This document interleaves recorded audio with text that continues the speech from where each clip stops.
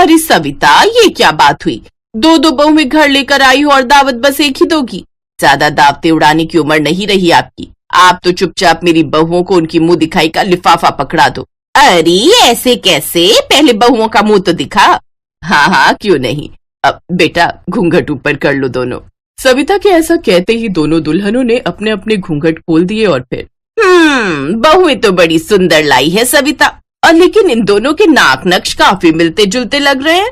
दोनों सगी बहनें हैं तो नाक नक्श तो मिलेंगे ही ना। ये मेरे बड़े बेटे अमन की दुल्हन प्रिया है और ये छोटे रमन की दुल्हन प्रीति है।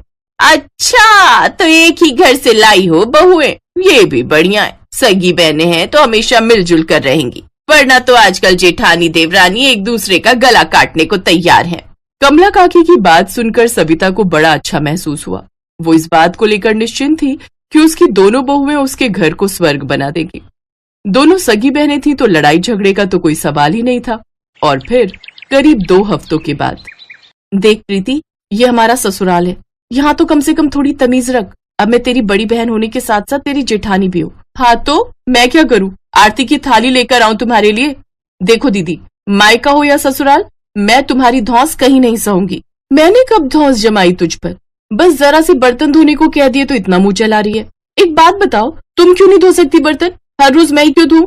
खुद तो बढ़िया बढ़िया खाना पकाकर सबकी तारीफें लूटती हो और मुझे नौकरों वाले काम पकड़ा देती हो।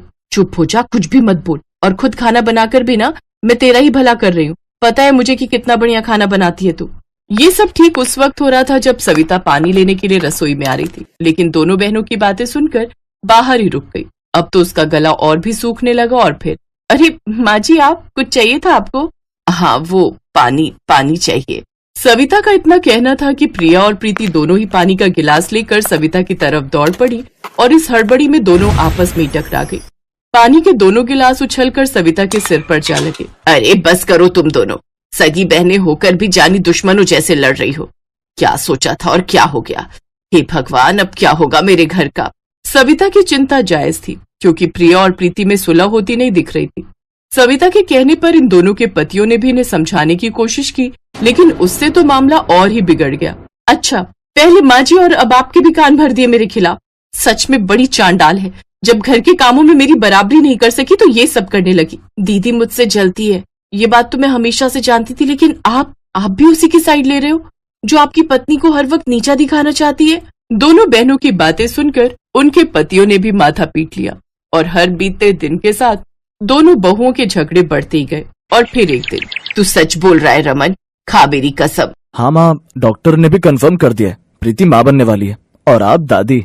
ये खबर सुनकर जहाँ घर के सभी लोग बहुत खुश थे, तो वहीं प्रिया का चेहरा उतरा हुआ था, क्योंकि काफी इलाज करवाने के बाद भी वो प्रेग्नेंट नहीं हो पा रही थी। और ये बात प्रीति भी अच्छी तरह से जानती थी। माँ जी, अब मैं आपसे कुछ मांगू तो आप मुझे देंगी? हाँ हाँ, क्यों नहीं। तूने मुझे इतनी बड़ी खुशी दी है, तू बोल तो सही, क्या चाहिए तुझे? ससुराल का बंटवारा। प्रीति के शब्द सुनकर सब चौंक गए। प्रिया भी आंखें फाड़े उसकी तरफ ही देख रही थी। और फिर, ये तो क्या बोल रही है प्रीति? होश में तो है? हाँ, पूरे होश में हूँ, इसीलिए ये कह रही हूँ। मैं नहीं चाहती कि अपनी जलन के चलते कोई मुझे या मेरे बच्चे को नुकसान पहुंचाए। और फिर अब तक पूरे घर का झाड़ू पोछा बर्तन ये सब मैं अकेले करती आई थी, पर अब मुझसे इतना काम नहीं होगा, तो आज से आधा ससुराल मेरा और आधा तुम्हारा। अरे पर ये तो कोई हल नहीं हुआ। तुम्हें काम नहीं करना है तो मत करो, लेकिन घर और रसोई का बंटवारा ये ठीक नहीं है प्रीति। मेरे और मेरे बच्चे के लिए यही ठीक है जेठ जी, और वैसे भी मैंने इसके लिए माँ जी से इजाजत मांगी है, आपसे या दीदी से नहीं। ये कहकर प्रीति अपनी सास सविता की तरफ देखने लगी, जो बुद्ध बनी बैठी थी। फिर काफी देर सोचने और समझने के बाद सविता ने अपना फैसला सुनाया। मुझे भी ऐसा ही लगता है कि अब दोनों बहुओं को अपनी गृहस्थी अलग अलग ही संभालनी चाहिए। अगर इसी से मेरे घर में शांति आती है तो मुझे ये भी मंजूर है। अगले ही दिन घर के बीचों बीच एक लाइन खींच दी गई और ठीक इसी तरह घर की रसोई भी 2 हिस्सों में बंट गई। सविता फिलहाल प्रीति के साथ रह रही थी क्योंकि प्रेग्नेंट होने की वजह से उसे मदद की जरूरत। अब वाकई घर में शांति थी। फिर ठीक 9 महीने के बाद प्रीति ने एक प्यारे से बेटे को जन्म दिया। प्रिया का बहुत मन था बच्चे को देखने का, लेकिन प्रीति कहीं बवाल न कर दे, ये सोचकर वो बच्चे को देखने नहीं गई। उधर प्रीति भी उदासी थी। देखा आपने, दीदी के दिल में कितनी नफरत भरी है मेरे लिए, एक बार मेरे बच्चे को देखने तक नहीं आई। तुमने भी तो सबको बुलाया, पर उन्हें एक बार भी नहीं कहा। मुझे मालूम है, मेरे बुलाने पर भी वो नहीं आती। खुद मां नहीं बन सकी ना, तो अब मुझसे जलन की एक और वजह मिल गई है दीदी को। वैसे अच्छा ही है, क्या पता यहाँ आकर मेरे बच्चे को कुछ कर दे तो। अरे आपको नहीं पता, जलन इंसान से कुछ भी करवा सकती है। दोनों बहनों के बीच बातचीत तो पहले ही बंद हो चुकी थी, लेकिन फिर एक दिन, हे भगवान ये क्या देखा मैंने, तो आखिर दीदी अपनी असलियत पर आ ही गई। लेकिन मैं अपने बच्चे को कुछ नहीं होने दूंगी। तभी उसे अपने बच्चे के खिलखिलाने की आवाज आई, जो आराम से प्रिया की गोद में उसके साथ खेल रहा था, और प्रिया उसे बड़े प्यार से पुचकार रही थी। फिर उसने नजर घुमाकर देखा तो उसे जमीन पर खून से सना हुआ चाकू और एक मरा हुआ सांप दिखाई दिया, और अब तक प्रिया भी उसे देख चुकी थी। फिक्र मत कर, मैं तेरे बच्चे की दुश्मन नहीं हूँ। सांप को अंदर जाते देखा तो खुद को रोक नहीं पाई। ले संभाल इसे, और आगे से इसे अकेला छोड़कर मत जाना कभी। ये कहकर प्रिया वहां से जाने को हुई तो प्रीति ने उसे रोक लिया और रोते हुए बोली, नहीं दीदी, मुझे समझ आ गया है कि ना तो तुम मेरे बच्चे की दुश्मन हो और ना ही मेरी, बल्कि मेरे बच्चे की जान बचाकर आज तुमने मुझ पर बहुत बड़ा एहसान किया है, जिसे मैं कभी नहीं उतार पाऊंगी।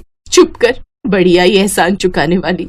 ये कहकर प्रिया ने प्रीति को गले से लगा लिया, और इसी के साथ दोनों बहनों के बीच सारे गिले शिकवे भी मिट गए।